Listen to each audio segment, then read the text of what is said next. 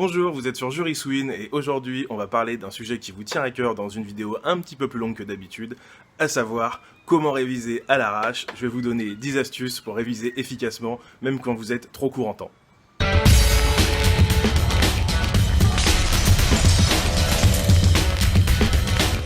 Alors avant toute chose, avant de me faire tacler, je précise très clairement, et j'en suis convaincu, c'est pas juste une convenance, que travailler dans le temps et régulièrement, c'est bien plus efficace que travailler à l'arrache, à la fois pour les résultats immédiats, mais surtout pour les résultats futurs. Parce que bachoter, c'est bien mignon, vous vous sauvez les fesses à l'examen, mais ensuite vous avez tout oublié, c'est pas un scoop. D'ailleurs, si je vous interroge sur votre programme du bac, je suis sûr qu'il en reste pas grand chose. Cela étant dit, il faut parfois faire face à la réalité, et ça m'est aussi arrivé, ne soyons pas hypocrites, donc je vais vous donner 10 astuces pour essayer de vous sauver les miches quand la date des examens approche et que vous n'avez rien foutu. Alors, ne vous leurrez pas, vous n'arriverez jamais à condenser 3 mois de travail classique en 3 jours de travail intensif.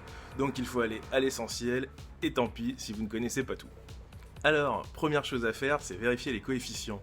Parce que si vous obtenez au moins la moyenne aux matières qui ont des gros coefficients, ça veut pas dire que vous ferez des étincelles, mais vous sauverez les meubles. En plus, souvent, c'est des matières à TD, donc si vous redoublez, ça vous fera déjà ça de moins à faire l'année prochaine. Et si vous redoublez pas ou si vous allez au rattrapage, vous aurez au moins validé ces grosses matières avec peut-être quelques points d'avance. Et dans le même ordre d'idées, il faut vous concentrer sur ce qui vous fera gagner des points facilement. J'en parle tout le temps, mais la méthodologie, c'est ce qu'il y a de plus important. Ça peut vous faire avoir la moyenne assez facilement, même dans des matières où vous n'êtes pas super à l'aise, surtout en L1. Si vous maîtrisez la forme, en général, vous atteignez la moyenne. De même, vous pouvez oublier certains chapitres. Alors c'est un peu osé de dire ça, mais parfois l'introduction ça traîne en longueur, c'est plus de l'épistémologie que des notions de la matière, donc vous pouvez passer ça en vous concentrant sur les notions fondamentales de la matière à retenir. Deuxième conseil, organisez-vous. Donc c'est la suite logique du précédent conseil, Comme vous êtes à l'arrache, il va falloir vous organiser au mieux pour doser votre effort, savoir là où vous devez passer du temps et là où vous ne devez pas en passer. Alors ce qui est important, c'est pas de ne pas passer du temps là où vous êtes à l'aise. Au contraire, si vous êtes à l'aise quelque part, fignolez le fait d'être à l'aise, parce que si vous avez une super note, il est possible d'avoir 16 dans certaines matières, ce sera autant de points que vous aurez pour ne pas aller au rattrapage, ou en tout cas pour compenser s'il devait y avoir un petit problème au passage dans l'année supérieure. Et puis surtout, si vous avez un planning précis, au moins vous saurez quoi faire, donc vous ne perdrez pas de temps à tourner en rond et à procrastiner en vous disant « Ah zut, quelle matière je dois travailler ?» Vous saurez quoi faire, et quand vous saurez quoi faire, vous n'avez plus qu'à avancer. Troisième astuce, faites des fiches de révision. Je le dis souvent, mais pour travailler utile et réviser facile, il n'y a pas besoin d'inventer l'eau tiède, il suffit de faire des fiches. Une fiche, c'est synthétique, c'est les notions essentielles, c'est leur lien entre eux, c'est les éventuelles oppositions, et avec ça, vous avez au moins tout ce que vous devez savoir pour faire un plan, et puis vous chercherez dans votre tête pour compléter le plan. Alors bien sûr, si vous êtes vraiment à l'arrache, vous n'avez pas le temps de faire des fiches, et donc vous pouvez utiliser des fiches déjà faites. Donc là, je saisis un petit peu l'occasion pour vous parler de 2 livres qui viennent de sortir, et dont je suis l'auteur. Jurisconstit, 25 fiches de révision en droit constitutionnel, et Juris Europe, 25 fiches de révision sur les institutions européennes. C'est le début d'une collection, je suis ravi de vous l'annoncer. Il y en aura plein d'autres qui vont sortir et je vous en reparlerai au bon moment. Quatrième conseil, canalisez votre énergie. Donc ce conseil est très simple, c'est que vous ne pouvez pas tout faire. Si vous avez 2 semaines pour réussir vos examens et que c'est votre unique objectif, il faut laisser tomber tout le reste. Non, vous n'allez pas perdre 5 kilos en 2 semaines. Non, vous n'allez pas battre votre record de sprint en 2 semaines. Non, vous n'allez pas préparer un marathon. Votre objectif est simple, votre énergie est tournée vers cet objectif. Et cet objectif, c'est de tout exploser aux examens pour éviter de vous retrouver dans la mouise le lendemain. Donc j'insiste, c'est pas le moment de vous faire une saison de Game of Thrones, de rattraper de la lecture, d'envoyer des emails de remerciements à je ne sais qui ou à je ne sais quoi. Vous le ferez dans 2 semaines, il ne sera jamais trop tard. 5e conseil, travailler seul, c'est mieux, je vous assure. Alors ça, je sais que tout le monde n'est pas d'accord avec moi, mais travailler en groupe, c'est un méga piège. Le coup du on se retrouve à la BU et on travaille ensemble, c'est la plus grosse erreur qu'on peut faire, surtout quand on est à l'arrache, parce que quand on est à l'arrache, ça veut dire qu'on a de grosses facilités à se disperser. Donc le coup du on va faire une pause clope, on va boire un café, on va aux toilettes, en général c'est pas 5 minutes, c'est 10 minutes et puis on trouve autre chose à faire. Et au final, au bout de la journée, on a passé plus de temps en dehors de la BU que dans la BU. Donc travaillez seul, pas forcément chez vous si vous n'êtes pas à l'aise, mais pas la peine de vous organiser en groupe. Le simple fait de vous organiser, ça vous fait perdre du temps et de l'énergie. Quand vous devez gérer les uns et les autres, gérez-vous vous-même, gérez vos priorités et travaillez seul, c'est mieux, je vous assure. Conseil numéro 6. Gérez votre fatigue. Alors quand on révise à l'arrache, la méthode classique, c'est d'y aller à fond et puis on s'écroule, parce que c'est normal, on peut pas travailler à fond tout le temps, tous les jours, l'abus de café ne sert à rien, et les méthodes pour réduire le temps de sommeil mettent du temps à apprendre, donc elles ne vont jamais marcher en 2 semaines. Donc ce qu'il faut faire, c'est de gérer son effort en travaillant de façon très régulière, mais avec des pauses de façon très régulière. Suivant votre temps d'attention, c'est toutes les 45 minutes ou toutes les 90 minutes.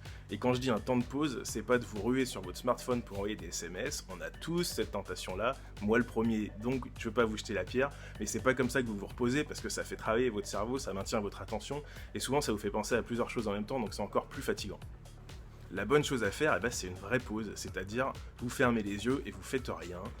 J'avais un copain qui prenait des douches entre chaque séance de révision, c'est-à-dire qu'il prenait 10 douches chaudes par jour. Si c'est votre truc et que vous avez un budget flotte illimité, pourquoi pas. Si vous avez un jacuzzi chez vous, c'est encore mieux. Si vous pouvez pas, vous pouvez faire de la méditation, faire de la cohérence cardiaque, juste aller marcher si vous habitez notamment près de la nature. Vous voyez, il y en a derrière moi et c'est assez sympa. Mais en tout cas, essayez vraiment de reposer votre cerveau, sinon votre pause n'est pas une pause. Conseil numéro 7. Ne vous posez pas de questions. Ce que vous devez faire maintenant, c'est apprendre, mémoriser, structurer et synthétiser. Désolé pour vos grandes envies de complétude académique et de connaissances universelles, c'est trop tard et vous ferez mieux la prochaine fois. Conseil numéro 8. Pensez à vous détendre malgré tout. Réviser efficacement suppose aussi de vous détendre efficacement. Mais papoter en feuilletant le code civil, c'est pas de la détente. Donc l'objectif, c'est de séparer vos moments de révision de vos moments de détente. Et quand je dis séparer, c'est une coupure nette. Quand vous bossez et vous faites que ça. Pas de télé, pas d'ordinateur, pas de jeux vidéo. En revanche, quand vous vous reposez, vous faites que ça. Vous êtes au ciné, vous vous baladez, vous faites de la natation, vous faites ce que vous voulez, mais vous n'avez pas vos fiches, vous n'avez pas votre constitution, vous n'avez pas votre code civil. Vous séparez toujours le travail et les loisirs. Conseil numéro 9, forcez votre mémoire. Alors la mémoire, c'est un sujet passionnant, ou en tout cas un sujet qui me passionne. C'est un sujet inépuisable aussi, et c'est un sujet sur lequel on peut travailler pendant des heures.